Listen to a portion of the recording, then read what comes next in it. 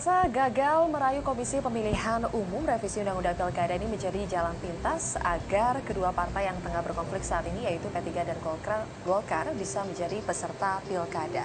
DPR tahu bahwa KPU ini hanya tunduk kepada undang-undang. Manuver ini bisa dipandang sebagai dua sisi yang berlawanan, bisa disebut sebagai jurus cerdik untuk menyiasati aturan karena memang sebetulnya DPR memiliki kewenangan untuk merevisi undang-undang, tetapi di sisi lain ini juga menjadi siasat yang licik demi kepentingan sektoral. Nah, sebelum kami membahasnya bersama dengan tiga narasumber, saya perkenalkan dulu pemirsa satu persatu. Di sebelah kiri saya ini adalah pengamat politik Bang Boni Hargen. Selamat pagi Bang Boni. Kemudian ada Pak Rafinus Hutauruk dari Komisi 2 DPR fraksi Hanura. Selamat pagi Pak. Selamat pagi. Dan yang ketiga adalah Pak Epyardi Asda dari Komisi 2 DPR juga dari fraksi P3. Ini fraksi yang sedang berkonflik Pak ya? Belum bisa Pak ya? Tidak ada berkonflik kita. Tidak berkonflik. Oke, saja. nanti saya akan tanya lebih lanjut. Benar nggak sudah damai? Nah, tapi sebelum itu pemirsa kita simak dulu informasi berikut ini. Jelang Pilkada serentak Desember mendatang, setidaknya dua partai, Golongan Karya dan Partai Persatuan Pembangunan sedang harap-harap cemas. Apakah bisa ikut Pilkada atau tidak? Pangkal masalahnya jelas, KPU hanya mengizinkan partai yang ikut Pilkada adalah yang terdaftar di Kementerian Hukum dan Hak Asasi Manusia. Atau jika sedang bersengketa, KPU hanya mengakui keputusan yang inkrah, alias berkekuatan hukum tetap. Jika tidak, mereka harus melupakan cita-cita menempatkan kadernya sebagai kepala daerah. Masalah adanya partai politik yang masih bersengketa itu sebenarnya tidak dalam ranah pemerintah dan KPU ikut terlibat. Itu urusan internal daripada masing-masing partai politik. Nah, jangan permasalahan satu partai kemudian merombak undang-undang itu. Ini akan menimbulkan kegaduhan politik karena KPU sudah mempersiapkan tahapan-tahapan dengan detail sehingga launching KPU Pilkada Serentak 269 yang juga disetujui oleh DPR itu tanggal 9 Desember itu bisa terlaksana dengan baik. Sebagai respon atas sikap KPU ini, Komisi 2 DPR lantas mengeluarkan wacana untuk melakukan revisi atas Undang-Undang Pilkada. Jika berhasil, maka KPU mau tidak mau harus mengikuti undang-undang yang baru, yang tentu saja dibuat sesuai kondisi partai yang bersengketa saat ini. Hal inilah yang lantas menimbulkan pro dan kontra. Pertempuran untuk menolak atau meloloskan revisi Undang-Undang Pilkada disebut-sebut sebagai adu kuat kesolidan Koalisi Merah Putih dengan Koalisi Indonesia Hebat. Siapa yang lebih solid dan siapa yang benar-benar bertindak atas nama rakyat.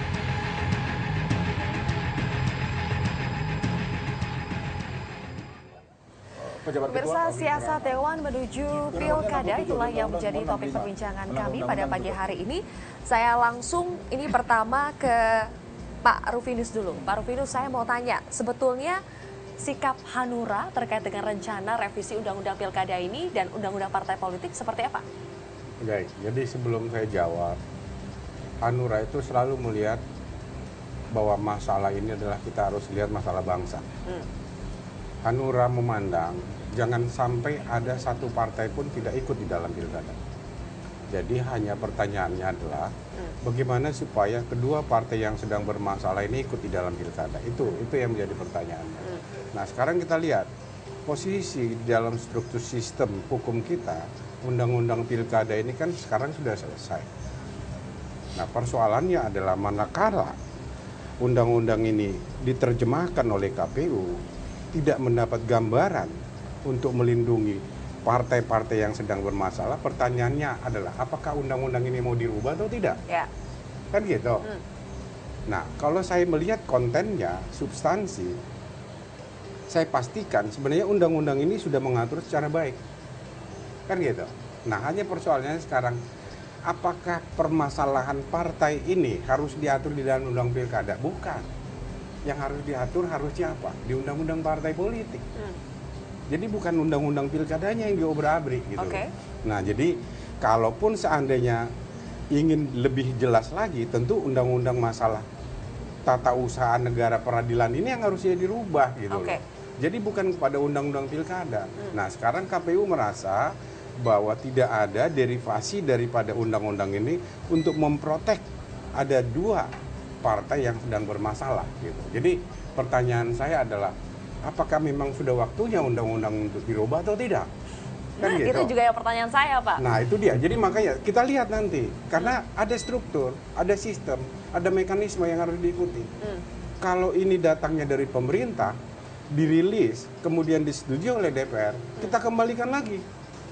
Pertanyaannya, atas inisiatif siapa itu nanti? Apakah pemerintah atau DPR? Tapi kan KPU sudah menegaskan, Pak, bahwa ini sebetulnya KPU sih sudah berpatokan kepada SK Menkumham. Kemudian tetap mengacu pada ketentuan PKPU, yaitu sampai menunggu ada keputusan Inkra. Iya. Tidak ada inisiatif dari KPU berarti. Sementara Mendagri juga mengatakan ya sudah ikuti SK Menkumham KPU saja. tidak bisa berinisiatif. Berarti inisiatifnya datang dari DPR. Enggak, KPU tidak bisa berinisiatif. Kenapa? Saya pada saat menandatangani ada rekomendasi DPR dari Komisi 2, saya katakan ada 4 syarat. KPU tidak boleh membuat norma baru. Oke. KPU harus menghormati negara yang sudah mengeluarkan satu keputusan, ya kan? Kemudian harus dipertimbangkan masalah sosiopolitik, ya kan? Legal standing daripada undang-undang ini seperti apa. Jadi KPU tidak punya kewenangan untuk merubah apapun yang berkaitan dengan undang-undang, apalagi di dalam membuat norma baru. Oke, jika Anda mengatakan bahwa jangan sampai kedua parpol ini tidak ikut dalam pilkada, sementara undang-undang sekarang mengaturnya bahwa memang disebutkan bahwa ketentuannya jika masih berkonflik harus mengikuti SK Menkumham atau menunggu Inkra, berarti statusnya sampai sekarang ini memang terancam tidak ikut pilkada. Sebenarnya Apa berarti ini Anda sederhana. setuju ini Sebenarnya harus ini direvisi sederhana. undang-undangnya? Tidak harus. Makanya pada saat kita konsultasi dulu dengan teman-teman di Kapoksi, saya usulkan yang pertama, saya yang mengusulkan pertama, lakukan pendekatan agar Mahkamah Agung membuat surat edaran untuk mempercepat proses sistem peradilan tata usaha Apa negara. mungkin Pak meminta MA untuk mempercepat? Ada SEMA di dalam pilkada sebagai presiden kita untuk mempercepat ini. Oke. 10 hari. Ada SEMA. Nah, jadi surat edaran Mahkamah Agung maksudnya. Jadi sebenarnya hal ini kalau semua kita berpikir sebagai negarawan, hal ini bisa selesai kok. Nah, Bisa intinya selesai tanpa mengubah undang-undangnya? bisa selesai. Oke. Bisa selesai. Nah, tapi yang paling penting di sini, partai yang bermasalah ini juga harusnya menjadi seorang negarawan. Harus menjadi negarawan. Ya, islah lah. Gitu loh. Oke. Nah, jadi kalau umpamanya dari kita, dari fraksi lain sudah ingin melakukan hal ini dengan baik, harusnya yang punya kepentingan lebih besar ini harusnya juga mengambil porsi yang lebih besar gitu loh. Baik, Pak Rufinus, sebelum saya singgung soal islah kenegarawan tadi, saya mau tanya ke Pak Epyardi. Saya mau tanya dulu, kalau Anda melihat ada tidak urgensi untuk merevisi Undang-Undang Pilkada dan Parpol ini? Iya, Selvi. Kalau kita berbicara tentang perlu tidak direvisi undang-undang ini, saya perlu ingatkan kawan-kawan baca pasal 10 tentang undang-undang tentang partai politik, undang-undang nomor 2 tahun 2011. Di mana dinyatakan di situ apa? Tujuan berpolitik ini apa? Tujuannya yang pertama sekali adalah dalam rangka untuk mensukseskan, optimalisasikan yang namanya kesejahteraan rakyat melalui Undang-Undang Dasar 45. Dan yang kedua adalah dalam rangka untuk menjaga keutuhan negara Kesatuan Republik Indonesia. Dan tujuan khusus daripada ini adalah untuk mengoptimalkan upaya politik dan pemerintah semua anggota termasuk masyarakat. Nah, pertanyaan di sini apa? Apakah perlu direvisi undang-undang ini? Menurut saya, undang-undang ini direvisi bukan inisiatif oleh anggota DPR, tetapi adalah inisiatif dari KPU atau usulan dari KPU serta inisiatif daripada pemerintah dalam hal ini Mendagri. Kenapa menimbulkan seperti itu? Karena di Undang-Undang Pilkada ini tidak diatur pasal mengenai seandainya ada sengketa politik. Karena belum diatur di situ, maka pemerintah bersama dengan DPR dan usulan KPU supaya KPU punya payung hukum. Ya, karena KPU itu legalitasnya adalah legalitas standing, dia mandiri, tidak terikat kepada manapun, profesionalitas dan lain-lain sebagainya. Karena dia menganut adalah azas legalitas, makanya dia mengatakan dia tidak bisa mengakomodir usulan pasal 3 yang dibuat oleh kawan-kawan Panja yang disusun kata-katanya oleh teman saya yang namanya Trimedia Panjaitan, Arif Wibowo dari PDIP, dalam rangka mengakomodir ini semua supayanya apa? Karena kita tidak menginginkan ya adanya hal-hal yang tidak baik di negara ini. Selfie tahu nggak? Yang akan melaksanakan pilkada ini adalah 269, ya. lebih dari separuh dari kabupaten kota yang ada. Coba dibayangkan, tujuan khusus dari partai politik itu adalah untuk mengoptimalkan ya partisipasi politik dari anggotanya dan juga dari pemerintah. Nah, dalam hal ini kalau seandainya ada pihak-pihak yang tidak diikutkan, ini melanggar undang-undang. Dalam undang-undang pilkada adalah peserta pilkada adalah partai politik yang ikut pada 2014. Kalau ada yang tidak ikut, kamu tahu nggak, di seluruh Indonesia ini, yang namanya Golkar dan namanya P3 ada semua.